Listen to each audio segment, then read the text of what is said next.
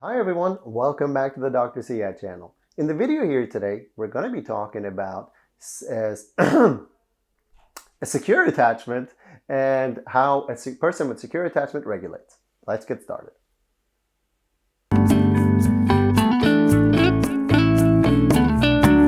Alright, so how does a person with a secure attachment regulate? Now, we've already talked in this video series about how a person with avoidant attachment, ambivalent attachment, and disorganized attachment regulates. If you haven't watched those, please go ahead because this is the last video in this series of 4 videos. So, a person with secure attachment regulates with something called autoregulation and co-regulation. That means that when you have a secure attachment, you regulate your own feelings.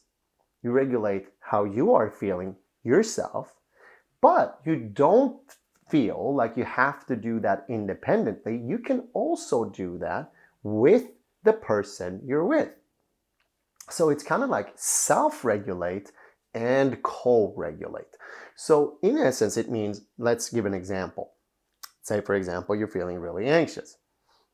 Now, if you have a secure attachment, what you would be doing is that you'd be talking to yourself. You'd be saying things like, there's no real reason for me to be anxious here. This is not the same situation that I've experienced before. There's no real threat in my mind here for this. At the same time, when your friend is there or your partner is there and they're going, what's going on? You wouldn't say, oh, nothing, nothing. You'd probably say something along the lines of, oh, well, I'm anxious about this thing happening and I'm telling myself there's probably no reason to be anxious about that. And your partner might say something along the lines of, you're right, that's great, there's actually nothing to be anxious about. What can I do for you? You need a cuddle, you need whatever, something like that. Or your colleague might say, or your friend might say, your partner might say, yeah, it's okay to be anxious. Sometimes we're all anxious and whatever. You say, yeah, I know it's okay to be anxious. And yeah, I am, but I'm kind of working on it. Like, yeah, I agree with you or whatever else. It's kind of a thing where you can help you and they can help you at the same time. Let me give you another example of regulating. So you might feel, for example, extremely sad about something. Now, when you have a safe and secure attachment, what you might do is you might be crying about this thing that you're sad about, or you might not be crying, but you might just be sad about it.